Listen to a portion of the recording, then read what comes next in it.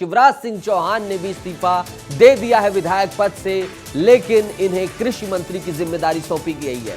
बुधनी से विधायक शिवराज सिंह चौहान ने इस्तीफा दे दिया है और अगला सवाल खड़ा हो गया है कि आखिर बुधनी से प्रत्याशी कौन। सवाल तो यह भी खड़ा है कि रायपुर से अगला प्रत्याशी कौन। लोकसभा चुनाव जीतने के बाद केंद्रीय मंत्री बने हैं शिवराज सिंह चौहान और विधायक पद से इन्होंने इस्तीफा दे दिया है। श्याम सिंह तोमर जी मेरे साथ जुड़ गए हैं। श्याम जी, बृजमोहन अग्रवाल की जब चर्चा कर रहे थे तो मंत्री कौन क्या कैसा बातें थी, अब वहां बात करेंगे तो यही चर्चा है कि अब बुधनी से कौन इस्तीफा दे दिया है। प्रक्रिया बता दीजिएगा और फिर बुधनी को लेकर क्या कुछ अब सियासी गलियारे में चर्चाएं चलने लगी हैं।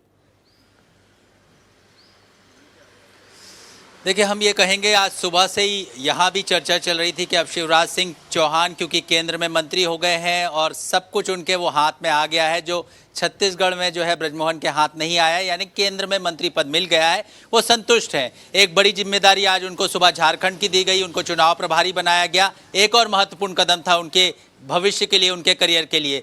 तीसरा, आज उन्होंने अपना लिखित इस्तीफा भेज दिया है और इसके बाद बुधनी, जिसकी लगातार चर्चा हो रही थी, वहां के लिए एक सुयोग्य प्रत्याशी ढूंढा जाएगा। और ये सुयोग्य प्रत्याशी कौन होगा नितेश? सुयोग्य प्रत्याशी वही होगा जिसके नाम पर मुहर खुद शिवराज लगाएंगे। अब आप इससे एक कयास मत लगाने लगिएगा कि क्या उनका पुत्र होगा। उनका पुत्र तभी होगा जब भाजपा का केंद्रीय संगठन चाहेगा, उसके बाद ही उसके नाम पर मुहर लगेगी। लेकिन फिलहाल चुनौती यही है। लेकिन बहुत बड़ी जानकारी आपने दी है श्याम जी कि प्रत्याशी वही होगा जिसको शिवराज चाहेंगे।